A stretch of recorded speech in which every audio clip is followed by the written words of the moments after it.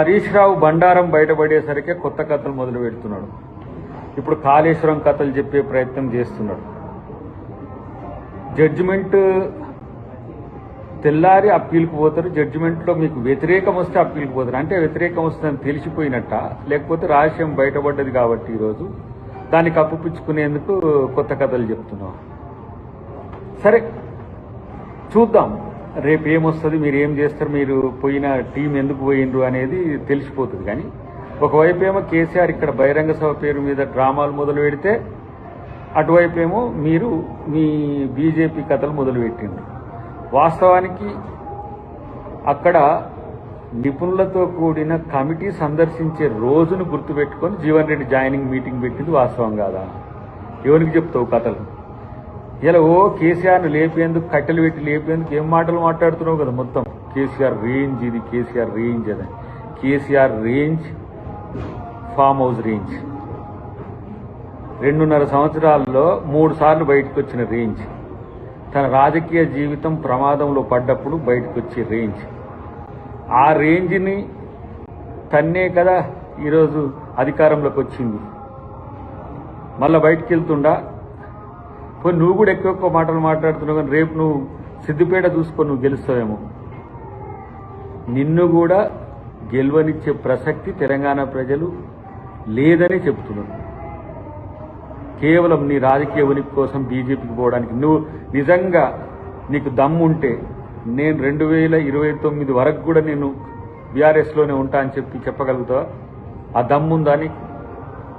పోయింది బయటపడేసరికి, సీక్రెట్ బయటపడేసరికి మామను పొగిడే ప్రభుత్వం పెద్ద ఫోజులు పెట్టే ప్రయత్నం చేస్తున్నది తప్పితే ఇంకొకటి లేదు. మీ మామకు చేత కాకనే ఇంట్లో వండుకుంటు బ్రదర్. మీరు ఏం చేసినా లేవడు ఆయన. మీరు ఎన్ని కట్టెలు పెట్టినా లేచే ప్రసక్తే లేదు. రాసుకోండి. ఇలా ఏమంటారు, రేవంత్ రెడ్డి గారు ముఖ్యమంత్రి స్థాయిలో మాట్లాడతలేదని. అసలు మీకే స్థాయి ఉందని మీరు ఏదన్నా స్థాయిలో మాట్లాడుతురుగా. చిల్లర గాళ్ళ కంటే ఎక్కువ మారిపోయింది. నువ్వు చెప్తున్నావు కదా, నాది శిలాఫలకాల మీద పేరు ఉంది. శిలాఫలకాల మీద పేర్లు ఉంటాయి, ఫైల్స్ మీద కూడా సంతకాలు ఉంటాయి. చేసిందంతా కేసీఆర్ అనేది ఉన్నదంతా చెప్పింది కదా. నువ్వు కూడా పోయి చెప్పింది అదే కదా. ఇంకా ఎందుకు బుకాయింపు? ఫస్ట్ నువ్వు ఉంటావో ఉండవో అది తేల్చుకోగాని, మీ బామ్మార్దికి నిన్ననే జ్వరం వస్తుంది, ఒళ్ళు బాగుండదు. నీకేమో నిన్ననే ఢిల్లీ పని పడుతుంది. నీకు తెలియదా జీవన్ రెడ్డి సభలో నేను ఉండాలని? ఎందుకు ఉండలేకపోయినావు? ఆయన రావడం ఇష్టం లేకనే కదా. కాబట్టి కేసీఆర్ ఒక్కడే ఉంటాడా? మనం మాట్లాడకుండా పోతే ఎట్లా? మనం ఉత్సవ విగ్రహాల లెక్క ఉంటామేమో అని చెప్పేసి ఆల్టర్నేట్ ప్లాన్ చేసుకొని నీ సీక్రెట్ ప్లాన్ ఇలా ఢిల్లీలో చేసుకున్న పరిస్థితి. కాబట్టి ఇవన్నీ కూడా అందరికీ తెలుసు. రేవంత్ రెడ్డి అనే ఒక సామాన్యుడు ముఖ్యమంత్రి ఏంటంటే కఠోర శ్రమ ఉన్నది.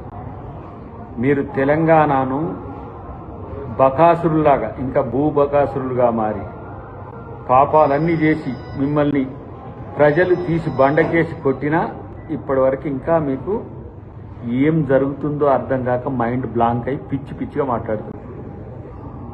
ఎస్, డెఫినెట్గా రేవంత్ రెడ్డి ఉంటాడు, రేవంత్ రెడ్డి గెలుస్తాడు, కేసీఆర్ బీజేపీకి పోతాడు. రాసి పెట్టుకోయి. కేసీఆర్ బీజేపీతో పోవడానికి, లేదంటే కేసీఆర్ రాకుంటే నువ్వైనా బీజేపీతో పోవడానికి ప్రయత్నాలన్నీ జరుగుతున్నాయి. ఇదంతా కూడా ఈరోజు మేము చెప్పే ఆరోపణ కావచ్చు, రేపటి వాస్తవం. కాబట్టి చిల్లర మల్లర మాటలు మాట్లాడి ఏదో కేసులు ఉన్నాయి ఆయన మీద, ఇవి ఉన్నాయి, ఇక నువ్వెన్ని దొంగతనాల కేసులు నీకు తెలియదు. నువ్వు ఎదుర్కొంటున్నావు కదా. నీ దొంగతనాల చిట్టంతా కూడా ముఖ్యమంత్రి గారి దగ్గరనే కాదు, మొత్తం తెలంగాణ ప్రజలకు కూడా తెలుసు ఎక్కడెక్కడ ఏమేమి చేసింది అనేది. కాబట్టి ఇవన్నీ పనికిరాని మాటలు బంద్ చేసి ఇలా మీ బతుకేందో తెలంగాణలో ఫస్ట్ అది తేల్చుకోండి. లేదంటే మీ మరదలు గారు చెప్పే, కవిత గారు చెప్పే ప్రశ్నలకు కనీసం సమాధానం చెప్పే ప్రయత్నం చేయి. ఊకనే వెకిలి మాటలు చిల్లర చేస్తే తస్మాత్ జాగ్రత్త, బాగుండదని చెప్పి హెచ్చరిస్తాను.